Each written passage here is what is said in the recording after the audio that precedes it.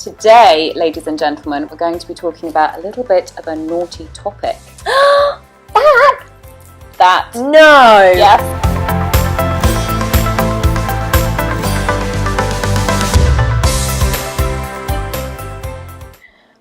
Late again, as usual. Hi, Layla! Sorry! Why are you late this time? I've just been on a seaside trip for the weekend. Oh, but nice. look, I bought you a present. Oh, well, that's alright, I forgive you. Seaside lolly, yay! What flavour is it? I think it's quite fruity. Oh, feeling a bit fruity, are we? How dare you ask me that? But funny you should say that. Today, ladies and gentlemen, we're going to be talking about a little bit of a naughty topic. That? No. Yes. I don't feel comfortable talking about that. Oh, Layla, come on. No. I am far too British. Well, that's the thing. Us British people don't like to talk about. We feel a little bit uncomfortable. We could even say we feel a bit prudish. Mm-hmm. Now, Layla, I would describe her as a prude. And this is somebody who gets a little bit embarrassed and feels uncomfortable when talking about, can you say the word? No, I can't even say it. Go on, try. Sex. So a person who is prudish, a person who doesn't feel comfortable talking about sex and feels a little bit embarrassed. Okay guys, so if you are a little bit prudish like me, then this lesson might be just the thing you need. We are going to talk about the British ways of referring to... Okay, so starting with actually kissing. Yes, we thought we'd start on a nicer topic, really. Yeah. Yes, kissing, right. The most common expression to talk about kissing is to snog someone. Now, if you snog someone, there has to be tongue involved. Not like that. Is that how you do it? Yeah, I should be single, shouldn't I? Yeah, a snog. To have a snog is a great and very British expression. Yes. Now, the American way to say this is to make out. Mm-hmm. Yeah. And we don't use this at all. We don't use it very much. We understand it, but we would say to have a snog. To have a Yeah. snog. Everybody loves a snog. Or an even better and even more British and a bit more polite way to say it is to have a smooch. Yes. Oh, it's a really nice one actually. It's nice. Like you can say that to have a smooch. It's quite kind of. It's a bit more cuddly, a bit more proper, romantic. Yeah, it's nice. Yeah. Okay, so that is kissing. Now, moving on to naughtier things. Now, these are very funny expressions that, to be honest, people wouldn't say probably themselves about having had sex, but in films and in British comedies and to make other people laugh, we will use them to talk about sex. So the first one is hanky-panky. Oh, I like that. To have some hanky-panky. I like that. Sorry. The expression. To have hanky-panky with, whatever. Or to have hanky-panky with someone. Now, this isn't necessarily... I'm getting all flustered. Too much. Okay, hanky-panky, yeah. So it doesn't necessarily mean sex. It can be other intimate things, other naughty things. But yeah, it's a funny way. We might say to our friends, ooh, was there any hanky-panky? Meaning, was there any kissing, a bit more? Yes. There we go. Moving on.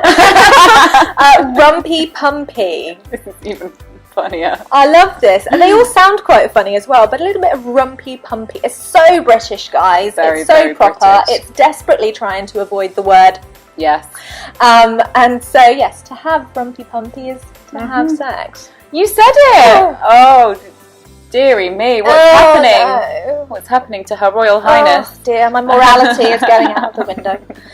Okay, next one we have is nookie. Nookie is, again, just a funny way to talk about having sex or doing something with somebody in a romantic way.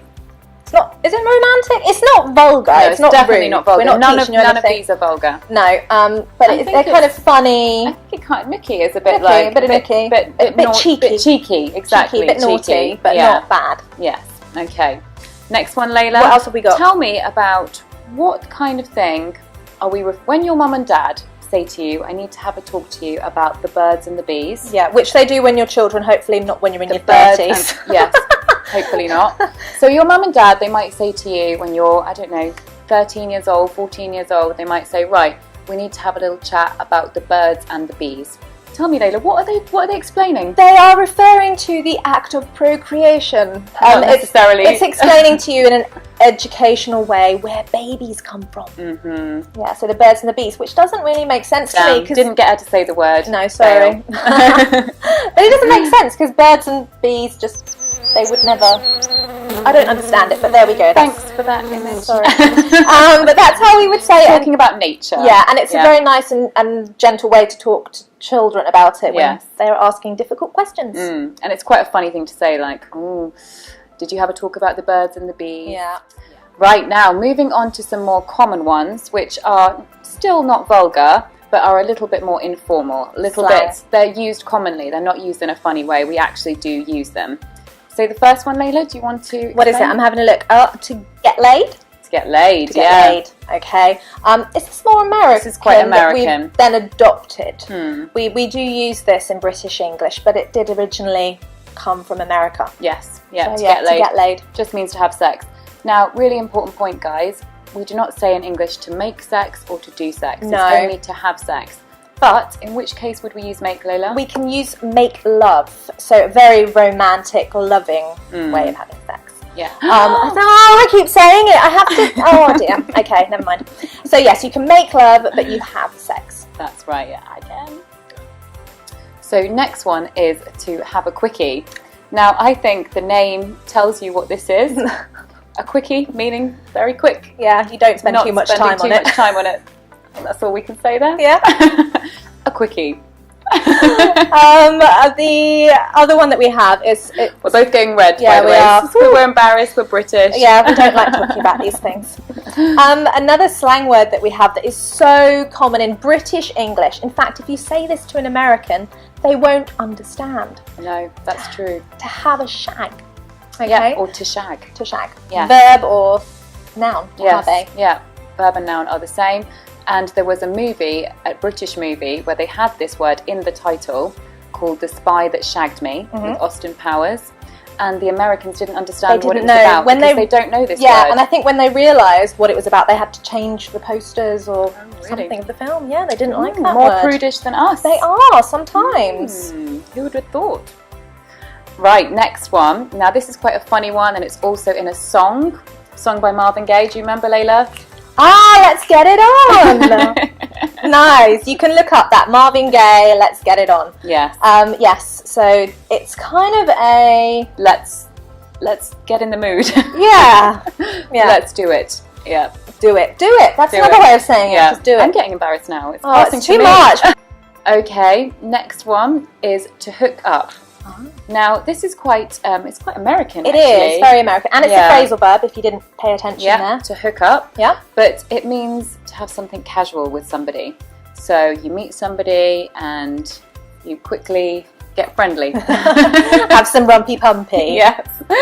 And you might not necessarily see each other again, but you might. It's casual. It's casual, which could also refer to a one-night stand. Yes, Layla. Now, what is a one-night stand about? I'm sure you've never experienced such a thing. No, not at all. A one-night stand is where you have some rumpy pumpy, but maybe just say, bye, see you later, have a nice life. Hopefully have a cup of tea as well in the morning if you're lucky. If you're in England, yes, probably. To hook up and to have a one-night stand is casual. Casual. Yes, casual hanky-panky.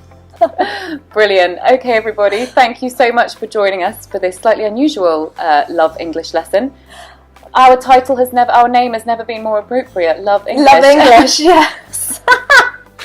Perfect. But in all seriousness, guys, knowing a few of these expressions could be quite useful if you are having a conversation with any English people or watching films in English. These kind of expressions are used quite regularly. Yes, definitely. Watching English movies, things like that, you'll probably hear these expressions. Yeah.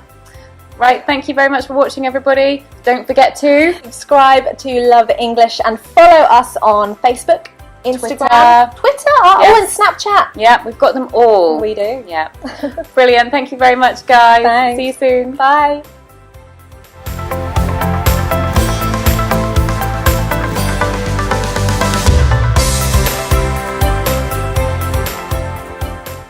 Ease us into it. Yes, exactly.